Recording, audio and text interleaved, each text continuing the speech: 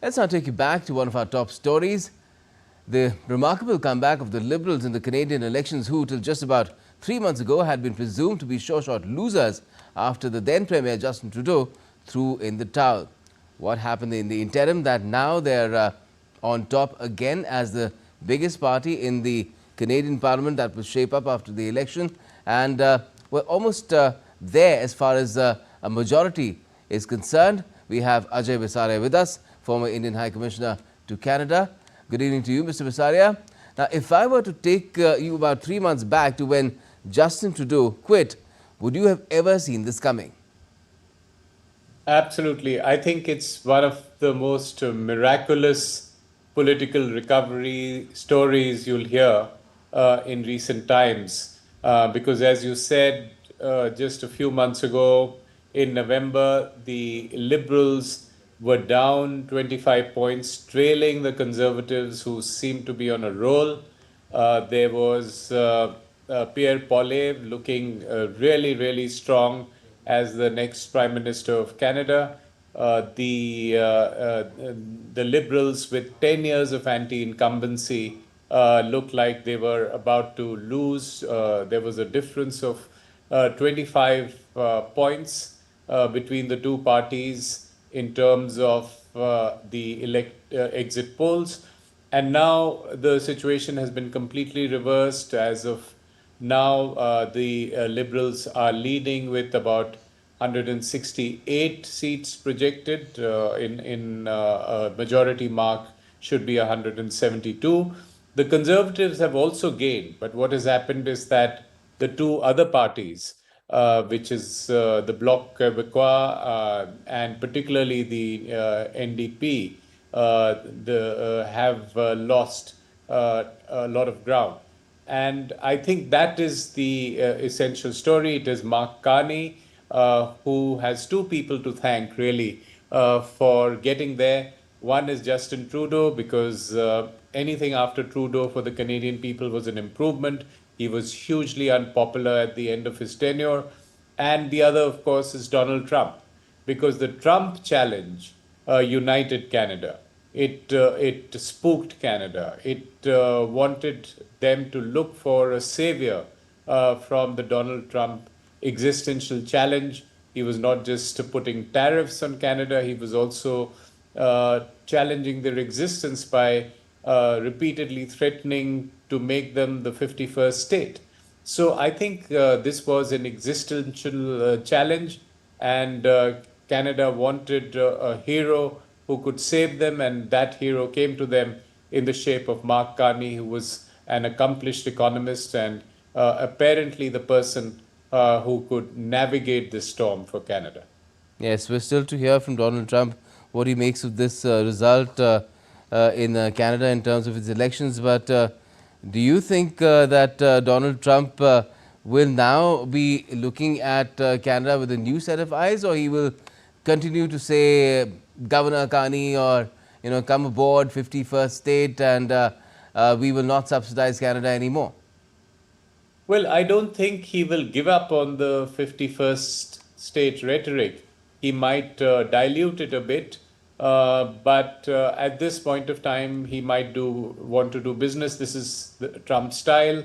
In his 100 days in power, we've seen this script play out in different domains, whether it is with China, whether it's with in the Ukraine war, whether it is in the Gaza conflict, talking of Gaza as the Riviera and making an opening bid.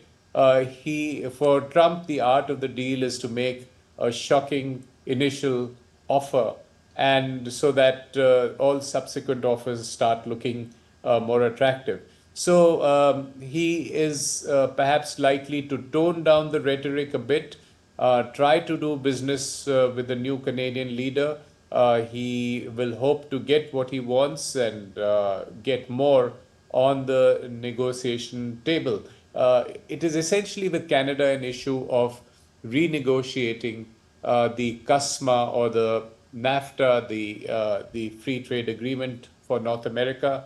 I think Trump will make a few opening gambits, want to get Carney on the table, and want to show to his base and his people that he's got a better deal than his predecessor did. Yes, he will be with his base a little later in the day in Michigan, although he's been celebrating his 100th days of his second presidency, non-consecutive second presidency for about a week now. And we'll get to hear on whether he's doubling down on his overall approach to the world, or he will soften. Do you think there might be an opportunity there for Trump to consider all the things that are emerging after 100 days? His popularity has nosedived. He's among the most unpopular presidents ever in the US after completing 100 days.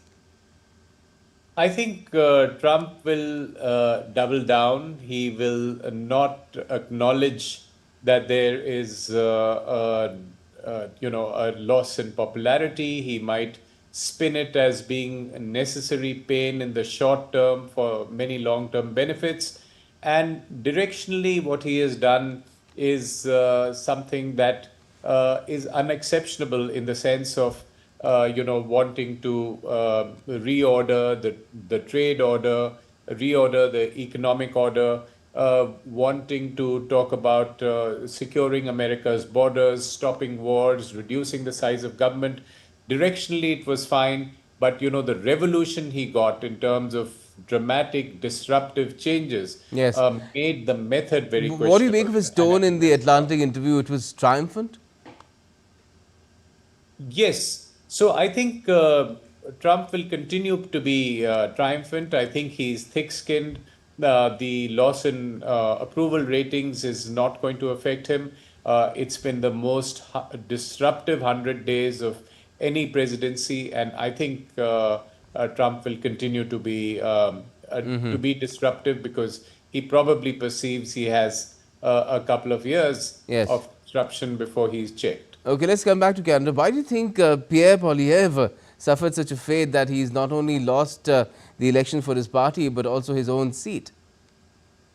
I think there was some success in the liberal portrayal of Pierre Poilievre as a mini Trump.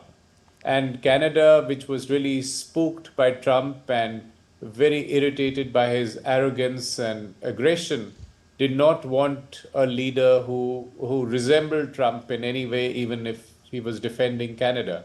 So I think Mark Carney appeared as the perfect foil and the perfect anti-Trump for Canada to place its trust in.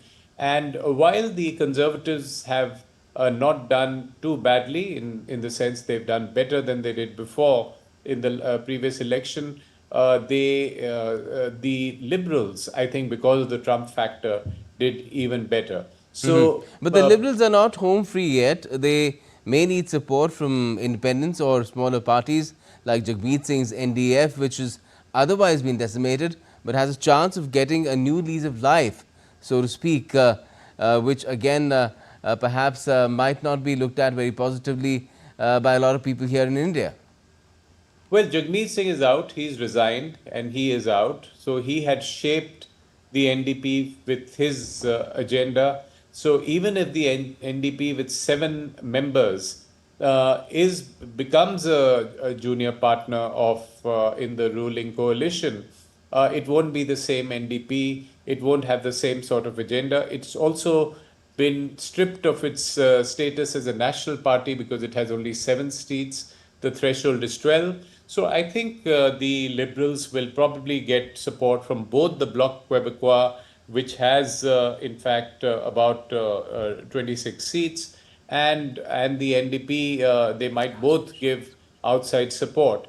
But it's a near majority. It's 168 seats, just 4 seats short.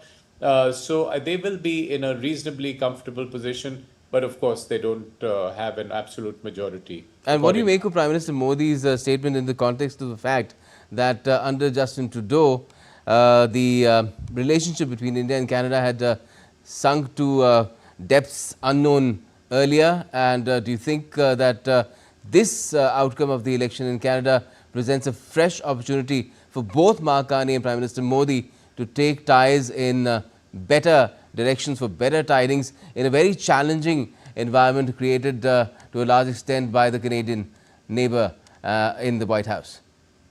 Absolutely. I think PM Modi's first tweet, which came within minutes of the acceptance speech by Mark Carney, is a forward-looking message. I think it's a message that we can both together strengthen this partnership. We can press the reset button. And I think if you see all of India's statements over the last 18 months where Trudeau was appeared keen on detonating the relationship.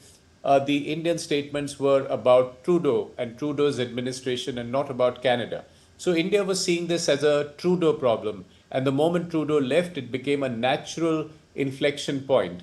And the early signs are that even Mark Carney has said positive things. And given the problems that the Canadians have with the US, their distrust of Canada and of China, and also the problems they could potentially have, with a volatile Europe, I think India becomes a somewhat natural partner for which Canada will stabilize the relationship and soon normalize it a few months later.